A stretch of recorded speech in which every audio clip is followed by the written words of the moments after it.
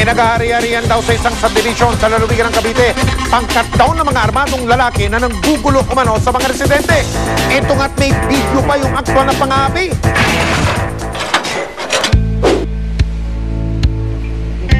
Halos bumagsak na ang balikat ni Maricar Arrieta, ang may-ari ng Queens Row Subdivision sa Barangay Molino, Bayan ng Bacoor, lalawigan ng Cavite. Dahil sa mabigat na kalbaryong kanyang pinapasan. Hanggang ngayon daw kasi hinihintay pa rin niya ang sagot ng korte tungkol sa pinaglalaban niyang lupa at mga ari-arian. Nadagdagan pa raw ang kanyang problema na magkademandahan din sila ng kanyang abogadong si Atty. Donato Paglinawan. Ang hindi kami nagkasundo sa mga ibang bagay na pinagagawa niya, lalong-lalo na sa Queens Row Subdivision.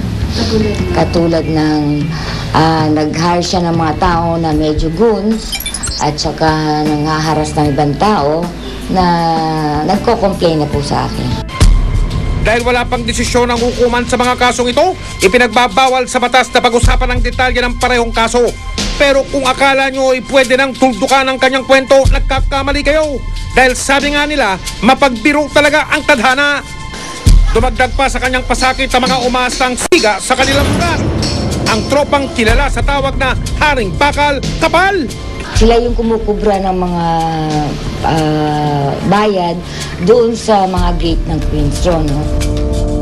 At ang pinakamasaklap, pinalayas raw siya ng grupong ito sa kanyang sariling bahay sa subdivision na siya mismo ang may-ari. Keso papapatay niya ako, keso kapag hindi pa pumirma, itumba na daw, yung mga gano'n, no? Na mismo ako nakarinig. 3 taon na raw ang nakalipas mula nang nangyari ito. Pero hanggang ngayon, hindi pa niya nababawi ang sariling ari-arian.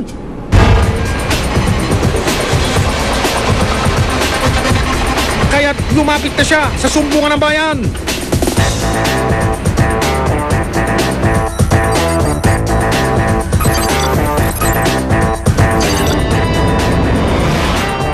Tinalubong kami ng naniningil na bantay sa gate ng subdivision. 5 piso ang bayad, parang toll fee.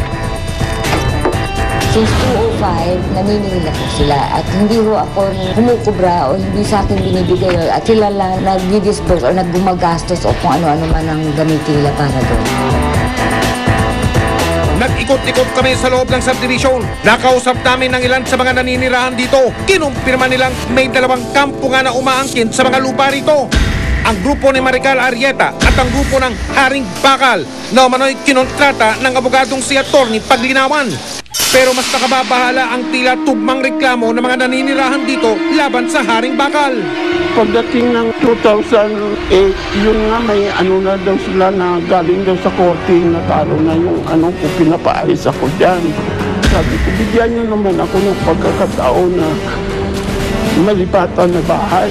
Wala, pinagtatapon nila. Talagang pag-akyat nila, may mga kasama na 4 na nakabaril. Natakot ako sa ano ko.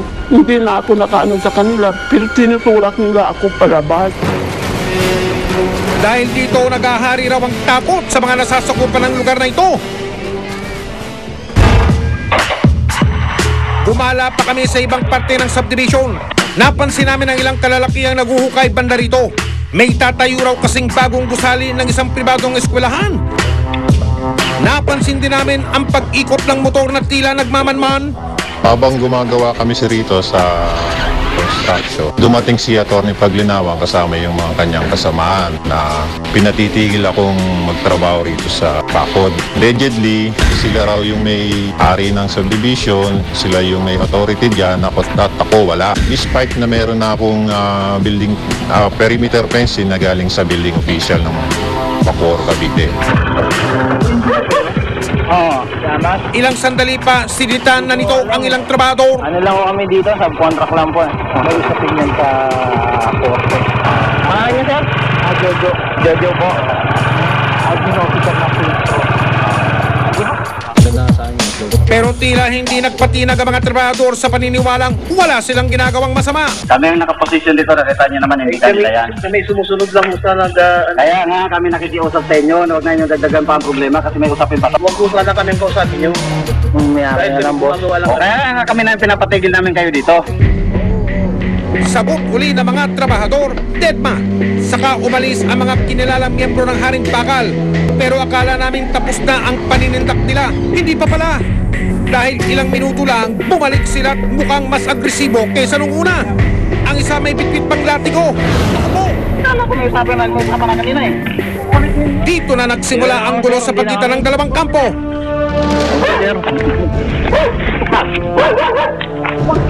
Di po, sir. Di na po. Class! Pag-iyan na kayo sa barangay eh. Wala ng barangay.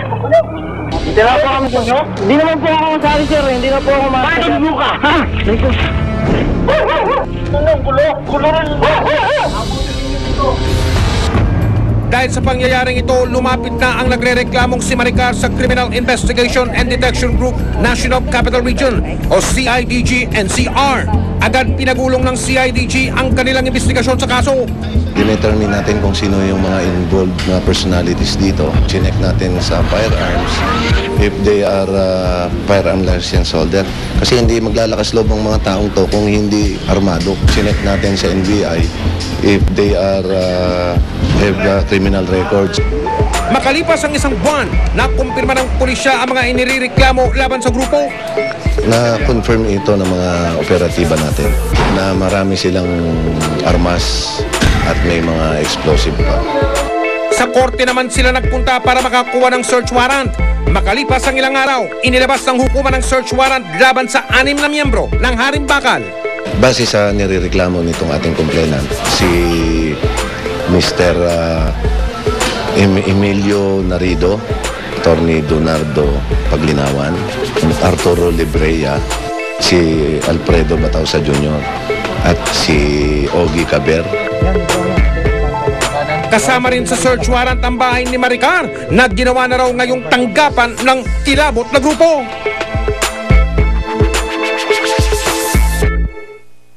Mabilis na naganda ang CIDG para sa gagawin nilang pagsalakay sa grupong pinaniniwalaang nagmay-may-ari ng mga iligal na baril.